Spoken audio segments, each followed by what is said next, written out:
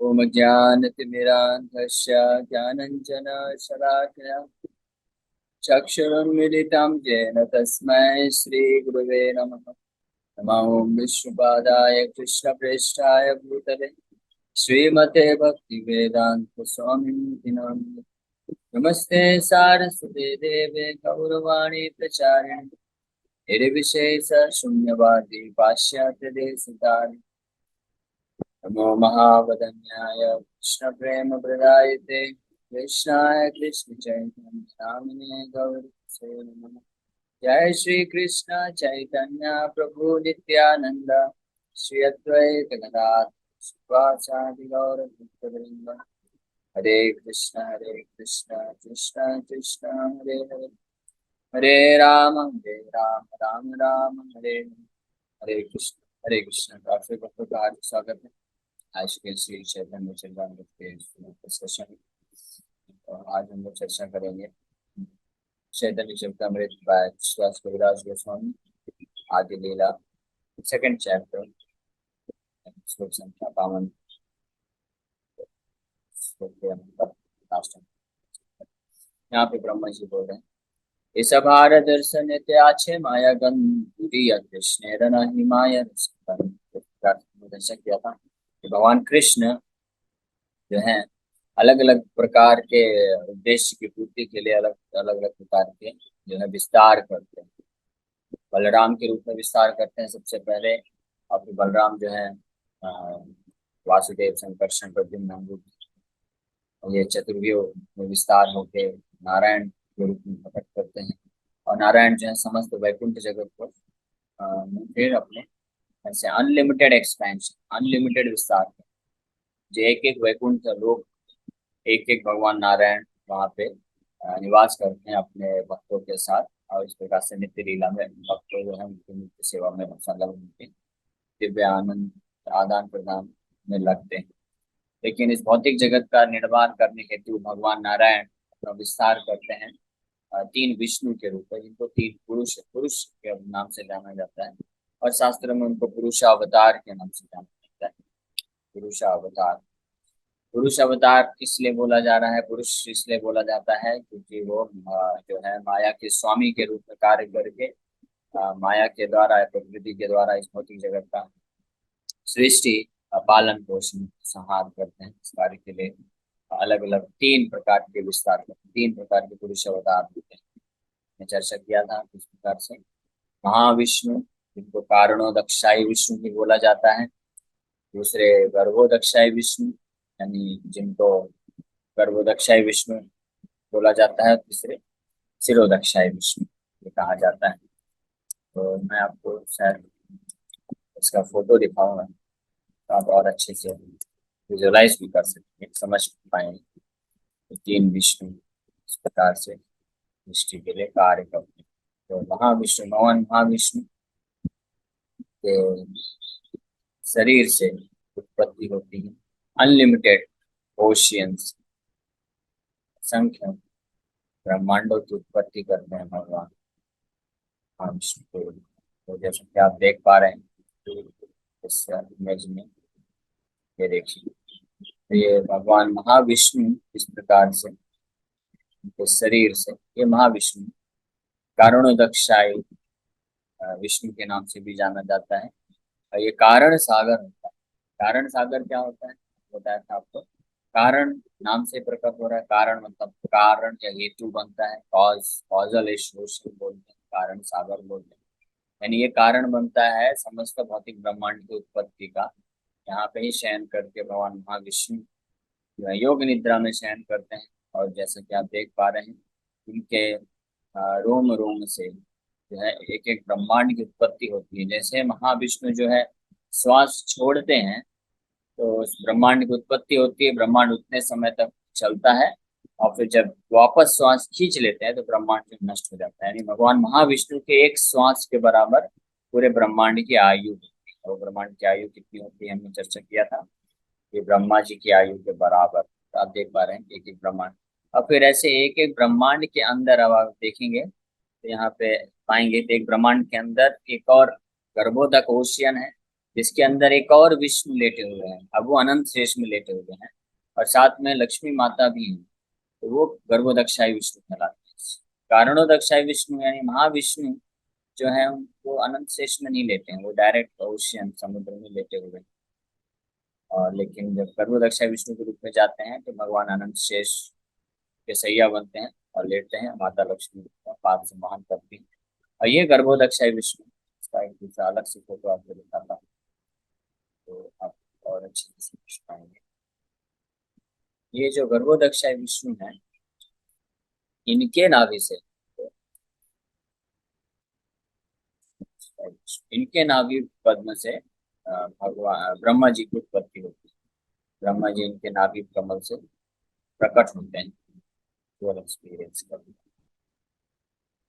तो इस फोटो में आप पाएंगे आप, ये गर्भोदक्षाई विष्णु, ये गर्भोदक्षाई विष्णु अनंत शेष नाग के अनंत शेष में लेटे हुए हैं। और इनके नाभि पद्म से एक पुष्प निकलता है, कमल निकलता है, इसमें ब्रह्मा जी की उत्पत्ति होती है और ब्रह्मा जी उसमें, और उसी नाभि पे जो डंडी है, यहाँ पे कुछ पतला डंडी दिखाया गया है फोटो में, और वास्तव में ये भगवान विष्णु के नाभि से निकलने वाला ये जो कमल है, इसी के डंडी में ही पूरे 14 लोग रहते हैं, जिसमें करोड़ों करोड़ों ग्रह होते हैं, इस प्रकार से निवास करते हैं। तो ये गर्भोदक्षाई विष्णु जो कि इस एक ब्रह्मांड के अंदर जो गर्भ सागर है उसमें निवास करते हैं। ये महाविष्णु के विस्तार होते हैं। जो महाविष्णु मैंने आपको पिछले फोटो में दिखाया था, भगवान महाविष्णु के एक एक शरीर से वो निश्चित तरह से निकल रहे हैं। फिर उसके पश्चात तीसरे विष्णु जो होते हैं उनको शिरोदक्षाई विष्णु बोला जाता है।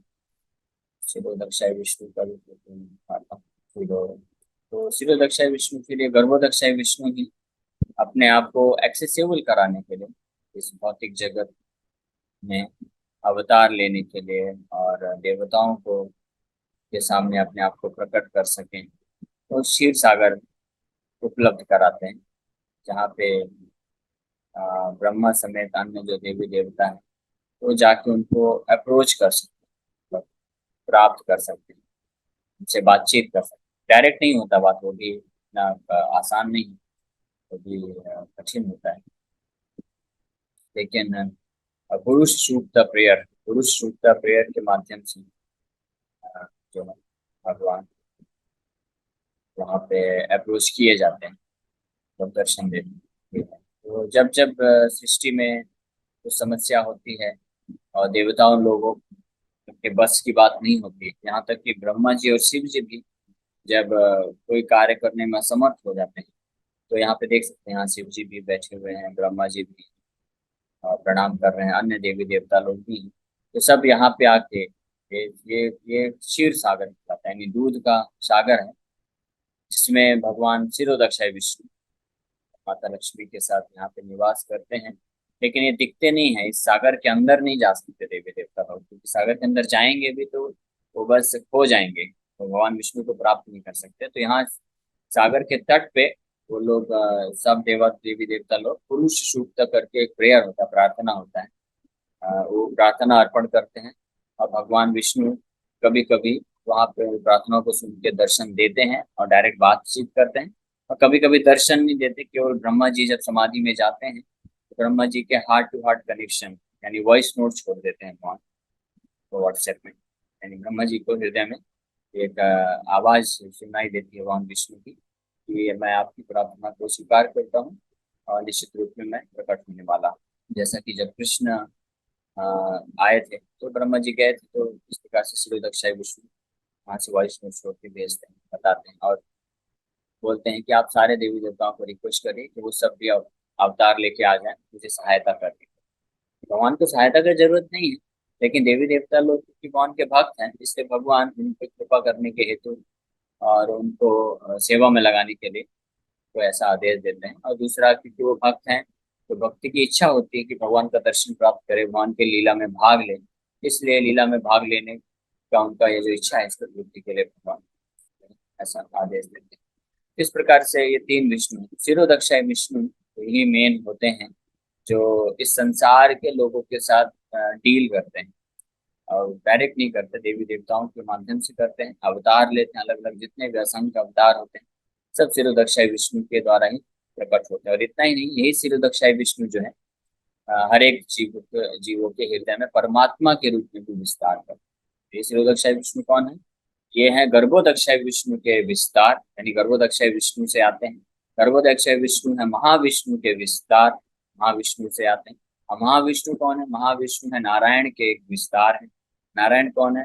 वो ऐसे जीपी से जाते जाएंगे तो बलराम जी के एक विस्तार है, और बलराम जी कृष्ण के विस्तार है। इस प्रकार से कृष्ण के अंश के अंश के अंश के अंश विस्तार के विस्तार के विस्तार के विस्तार के रूप में कृष्ण ही आते हैं वास्तव में, तीन विष्णु के रूप में इस भौतिक संसार का संचालन करते हैं। तीन तीन ये जो तीन विष्णु हैं, विष्णु तो त्रीनि रूपाणी, ऐसा पुराण में भी ऐसा वर्णन पाया जाता है। ये तीन विष्णु तो जो जानता है इनके फंक्शन को, वो व्यक्ति संसार से मुक्त हो जाता है। तो इस प्रकार से यहाँ पे ब्रह्मा जी इस बात का वर्णन कर रहे हैं भगवान कृष्ण को प्रार्थना करते हुए कि ये तीन विष्णु आते हैं, इनका माया के द्वारा ये सृष्टि लीला पालन पोषण करते हैं, इसलिए इनका तो माया के साथ कुछ संबंध होता है। आच्छे मायागम है, इनका कुछ माया के साथ कांटेक्ट है। बट कृष्ण आपका नहीं माया रस, आपका कोई माया के साथ संबंध। तो इस बात की पुष्टि भागवत के श्लोक से भी किया जा रहा है। ये श्रीमद् भागवतम के 11th कैंटो 15 चैप्टर का 16 नंबर वर्ष। विराट हिरण्यगर्भस्य कारणं चेदुपाधय ईशस्य यत्त्रिभिर्हीनं तुरीयं तत् प्रचक्षते। In the material world, the Lord is designated as Virat, Hiranyagarbha and Karan. ये तीन नाम अलग अलग दिए गए हैं। But beyond these three designations, the Lord is ultimately in the fourth dimension. Vishnu है fourth dimension में। विराट क्या है? The phenomenal manifestation of the supreme whole. Virat पुरुष जिसको जानते नाम पता है। हिरण्य गर्भ क्या है? The luminous soul of everything, परमात्मा। एंड कारण the causal and the causal cause और द कॉजल नेचर, कारण वक्षाई विष्णु यहाँ पे होते हैं। Are all but designations of the purushartha who are responsible for material creation. भौतिक जगत की सृष्टि के लिए ये तीन प्रकार से भगवान पुरुष हैं, भगवान महाविष्णु एंड विष्णु भगवान कृष्ण अपने अपने तीन प्रकार से व्यक्त करते हैं, विराट, हिरण्यगर्भ और कारण के रूप में। यानी तीन विष्णु, कारण दक्षाय विष्णु, हिरण्यगर्भ यानी शिरोदक्षाय विष्णु, और विराट मतलब गर्भोदक्षाय विष्णु। फिर transcendental position surpasses these designations and is therefore called the position of the fourth dimension.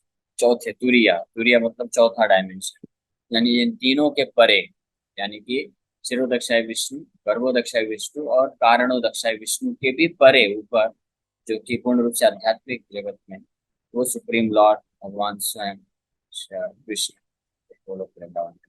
This is the quotation from Sridhar Swami's commentary on the 11th canto, 15th chapter, verse 16.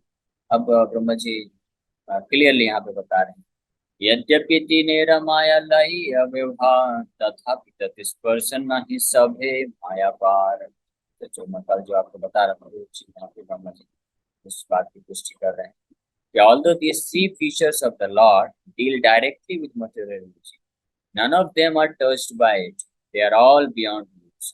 हालांकि यहाँ पे कृष्ण का जो है को मूल नारायण के रूप में स्थापित करने हेतु डिफरेंस बता रहे हैं ब्रह्मा जी कि कैसे विष्णु किस प्रकार से कृष्ण से आते हैं और किस प्रकार से तीनों विष्णु माया के साथ उनका कुछ न कुछ कांटेक्ट होता है, डिस्पर्सन होता है, और जिसका माया के द्वारा इस माया का इस्तेमाल करके भौतिक सृष्टि करते हैं, पालन पोषण करते हैं, संहार करते हैं। ये बात केवल इस बात को स्थापित करने के लिए डिफरेंस बता रहे हैं कि कृष्ण जो है मूल नारायण, लेकिन अभी श्लोक में क्लियर बता रहे हैं ब्रह्मा जी, तथापि तत्स्पर्श नहीं सभे माया पार। लेकिन फिर भी तीनों विष्णु को भी जो है पूर्ण रूप से परम भगवान मानना चाहिए, ये भी इनका भी माया से कोई कांटेक्ट नहीं है, और ये सब के सब जो है माया के भीष, माया के ऊपर है, माया पार है। तो ये यहाँ पे बियॉन्ड इल्यूजन, कोई भी प्रकार का भ्रम नहीं है। ये एक बार ये मैं कंप्लीट कर देता हूँ, फिर आपको क्वेश्चन देता हूँ। दो क्वेश्चन तो ये कनेक्टेड है, ये अब भागवत से प्रमाण दे रहे हैं तो कविराज गोस्वामी इस बात को समझाने के लिए कि जो विष्णु, भगवान विष्णु है, वो भी किस प्रकार से पूर्ण रूप से माया के परे हैं। एतदीशनमीशस्य प्रकृतिस्थो अपि तद्गुणैः न युज्यते सदात्मस्थैर्यथा बुद्धिस्तदाश्रया। ये श्लोक है श्रीमद् भागवतम के first canto 11th chapter 38 number verse, यानी पहले स्कंद के 11वें अध्याय का 38 नंबर श्लोक में यहाँ पे बताया गया है, this is the opulence of the Lord. भगवान का ईश्वर है ये क्या? Although situated in the material nature, he is never affected by the modes of nature. Similarly, those who have surrendered to him and fixed their intelligence upon him are not influenced by the modes of nature. यहाँ पे भगवान के भक्त और भगवान दोनों का गुणगान कर रहे हैं। एतद ईसन ईसस्य प्रकृतिस्थो अपि तद्गुण है। हालांकि भगवान जो है ये भगवान का ऐश्वर्य है, दिव्य ऐश्वर्य है, और उनके भक्तों का भी, शुद्ध भक्तों का भी दिव्य ऐश्वर्य है। प्रकृति स्थो यानी भौतिक जगत में रहते हुए भी, भौतिक जगत के कार्यकलाप को के में रहते हुए भी अपनी तद गुण है, लेकिन उनके गुणों से, प्रकृति के गुणों से न युज्यते, उनसे मिक्स नहीं होते, उसमें फंसते नहीं हैं। जैसे कि मायावादी लोग ये गलत सिद्धांत प्रस्तुत करते हैं, तो भागवत में और अन्य कई पुराणों में ये निश्चित रूप में इस बात का खंडन किया जा रहा है। न युज्यते सदा आत्मस्थिर, सदा हमेशा आत्मस्थिर। आत्मस्थिर मतलब अपनी आध्यात्मिक पोजीशन में बने रहते हैं, which are situated is own energy. इस बात की भगवान कृष्ण भी गीता में बोलते हैं, संभवामी आत्माय, तो मैं बार बार आता हूँ, अलग अलग अवतार लेके आता हूँ, लेकिन सारे के सारे मेरे जो अवतार हैं वो पूर्ण रूप से माया से परे हैं। माया में कोई नहीं है, तीनों गुणों से परे हैं। और आत्म माया, आत्माया मतलब अपनी ही आध्यात्मिक शक्ति के प्रभाव में वो आते हैं और अपनी ही इच्छा से लीला करके वापस चले जाते हैं। वो बिल्कुल वो नहीं, फंसते नहीं। न युज्यते सदा आत्मस्थिर यथा बुद्धि तदाश्रया, जिस प्रकार से, उसी प्रकार से। यथा बुद्धि तदाश्रय मतलब कि ऐसे भक्त है, आश्रय मतलब ऐसे भक्त जो भगवान का आश्रय लेके रखे हैं, उन लोगों को भी यही स्थिति होती है। वो लोग भी सदा आत्मस्थिर, आध्यात्मिक स्तर पे हमेशा बने रहते हैं। This text is from Srimad Bhagavata 1:11-38. Those who have taken shelter of the lotus feet of the personality of Godhead do not identify with the material world, even while living in it. Pure devotees may deal with the three modes of materialization, but because of their transcendental intelligence in Krishna consciousness, they are not influenced by material qualities. The spell of material activities does not attract such devotees. Therefore, the Supreme Lord and his devotees acting under him are always free from material contamination. भगवान और भगवान के शुद्ध भक्त ये दोनों ही इस भौतिक जगत में भी आते हैं, फिर भी इस भौतिक जगत के तीन गुणों के प्रभाव में नहीं आते। तीन गुण यानी सत्वगुण, रजोगुण और तमोगुण के प्रभाव में नहीं आते हैं। उनके अलावा जितने भी जो हैं जीवात्माएं, प्रकृति क्रियामानानि गुणे कर्माणि सर्वशः, और बाकी जितने भी लोग हैं, यहाँ तक कि महान से महान देवी देवता भी, ब्रह्मा जी से लेकर के एक छोटा सा जो कीड़ा है, वो भी जो है तीन गुणों पे के आधार पे ही संसार में कार्य करता है। लेकिन भगवान का शुद्ध भक्त, भगवान स्वयं तीनों गुणों से परे होकर आध्यात्मिक स्थिति में रहते हुए ही भौतिक जगत में भी रहते हैं, तो कार्य करते हैं। इस प्रकार से भागवत का प्रमाण करके ब्रह्मा जी क्लियर कट हमको इंस्ट्रक्शन दे रहे हैं कि कभी भी भगवान की कोई भी अवतार है माया में नहीं समझना चाहिए, कैसा भी रूप लेके क्यों ना है। कि जैसा अलग अलग भगवान कई बार अपनी लीला के अनुसार अपने ही स्वेच्छा से अलग अलग प्रकार के अवतार लेते हैं। कई बार कुछ स्पेसिफिक कंडीशन होने के कारण ऐसे अवतार लेते हैं, लेकिन भगवान उस अवतार में भी दिव्य बने रहते हैं। जैसे भगवान जब पृथ्वी माता को ढूंढना था, भगवान तो कैसे भी आके ढूंढ सकते थे। ये भगवान विचार किए चलो अच्छा है मौका है, इसी बहाने जो है, क्योंकि दलदल गर्भोदक ओशियन में डाल दिया हिरण्याक्ष, तो जिस प्रकार से जो सुअर होता है वो दलदल में घुस के कार्य करता है, तो भगवान उस प्रकार के लीला करना चाहते, तो एक सुअर का रूप लेके आए, वराह का रूप लेके आए और पृथ्वी माता को निकाल के ले जाए। लेकिन ऐसा वर्णन है, वराह रूप जब प्रकट हुए थे तो भगवान का इतना अद्भुत, अत्यंत सुंदर दिव्य स्वरूप देख के देवी देवता लोग चकित हो गए, बहुत आकर्षित हुए। और भगवान वराह जब प्रकट हुए थे तो वराह के रूप में थोड़ा सा अपने शरीर को ऐसे हिलाए और उनके शरीर से जो पसीना है वो उसका बारिश हो गया, तो सारे देवी देवता लोग उस बारिश में स्नान करके अपने आप को भगवान के चरणामृत में स्नान करके बहुत पवित्र महसूस किए।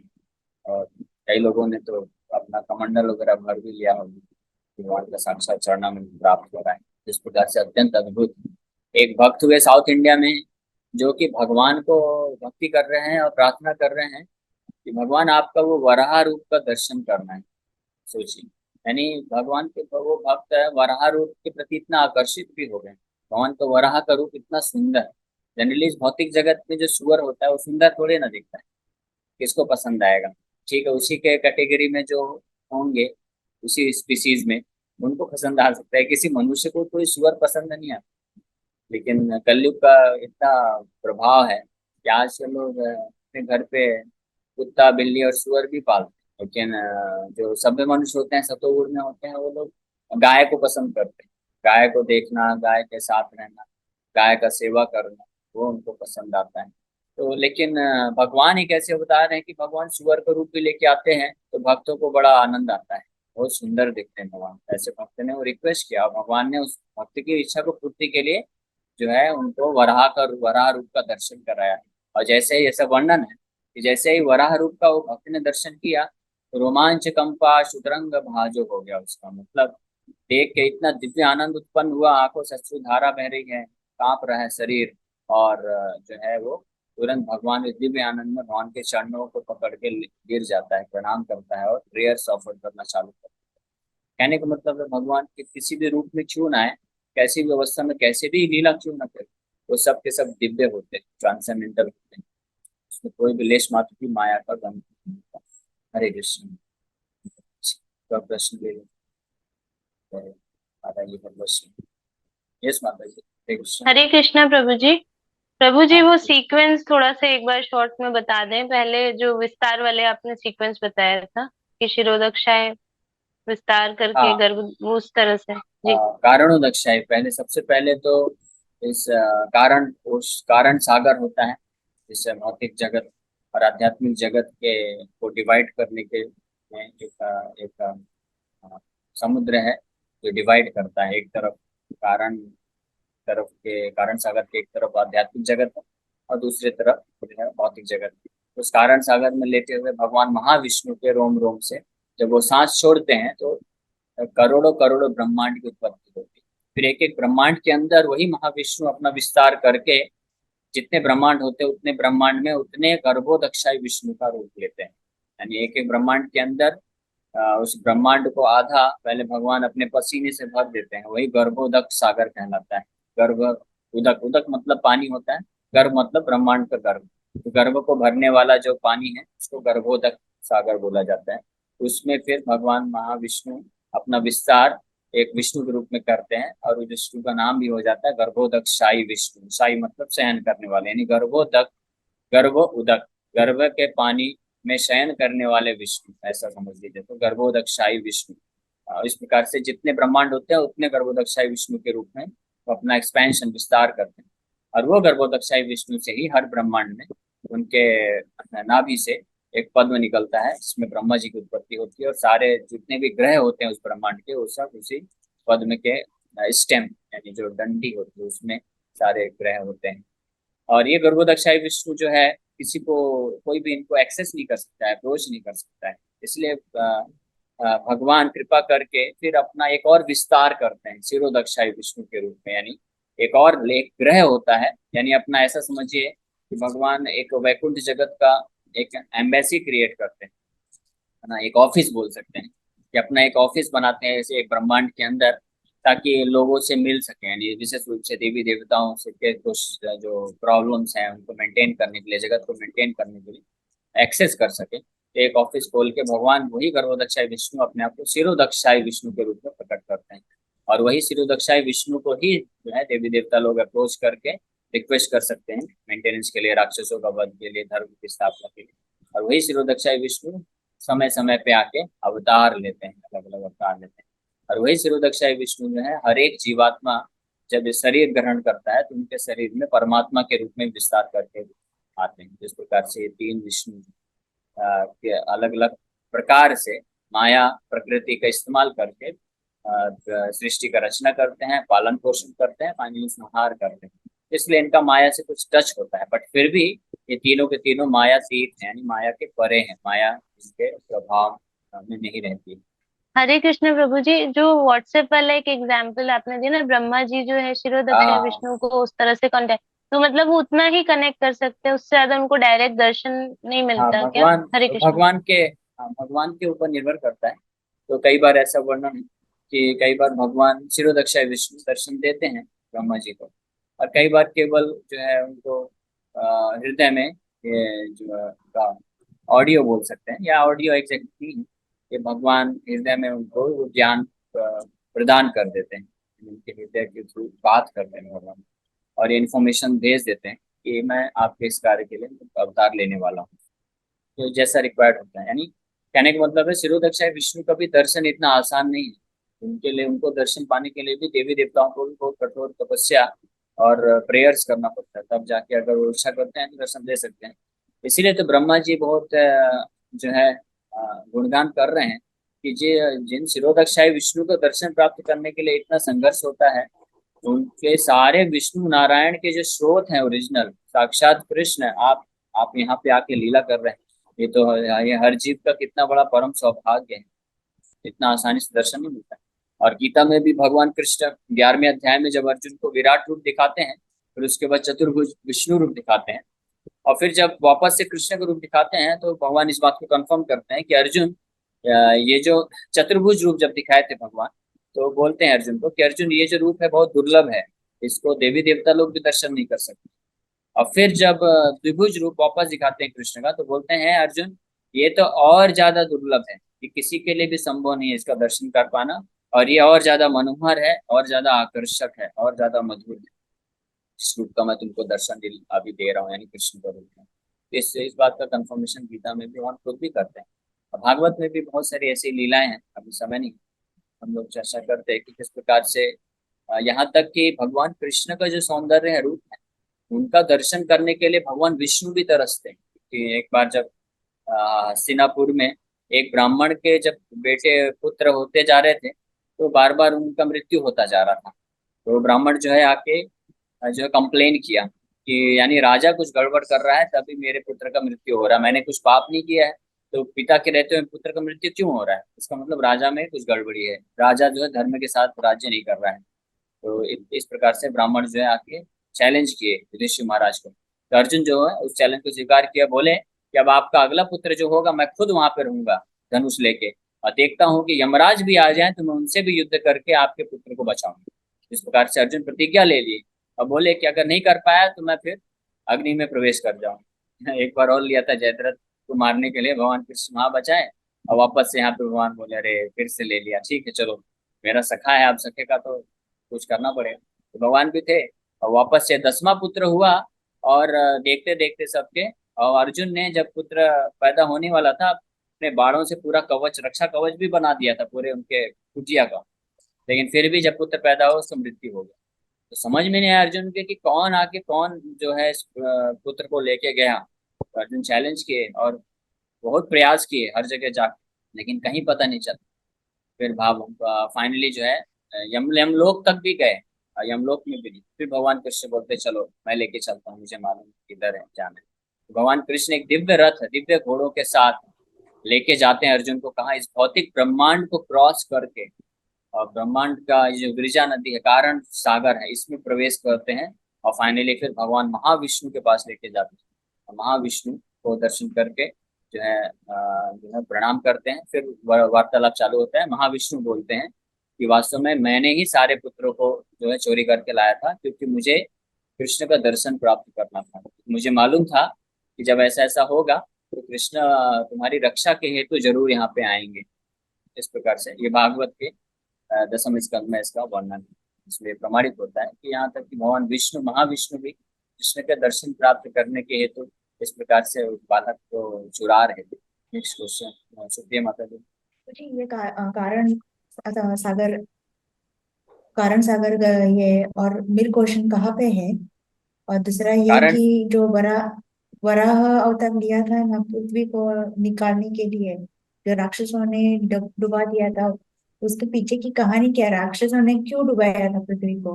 तो पहला आपका कारण सागर तो ये जितने भी भौतिक ब्रह्मांड हैं, ब्रह्मांड को क्रॉस करके वहां पे है, ये ब्रह्मांड के अंदर नहीं। जब वामन देव ने एक पैर से अपना पूरा ब्रह्मांड नापा था, तो ऊपर जाके ब्रह्मांड के उसमें होल हुआ था, तो उनके छिद्र अंगूठे लगने से जब छिद्र हुआ, तो वहां से कारण सागर का कुछ जल जो है नीचे आया, और वही जो है गंगा के रूप में फिर जाना गया। तो वो दिव्य जल है। कारण सागर तो भौतिक ब्रह्मांड के परे है। और जो श्वेत द्वीप, जो क्षीर सागर है जहाँ पे क्षीरोदक्षा विष्णु, वो श्वेत द्वीप करके एक स्थान जगह है इस ब्रह्मांड भौतिक ब्रह्मांड में। तो श्वेत द्वीप में भगवान क्षीरोदक्षा विष्णु का निवास स्थान है। तो उनका ऑफिस बोल सकते हैं साधारण भाषा में।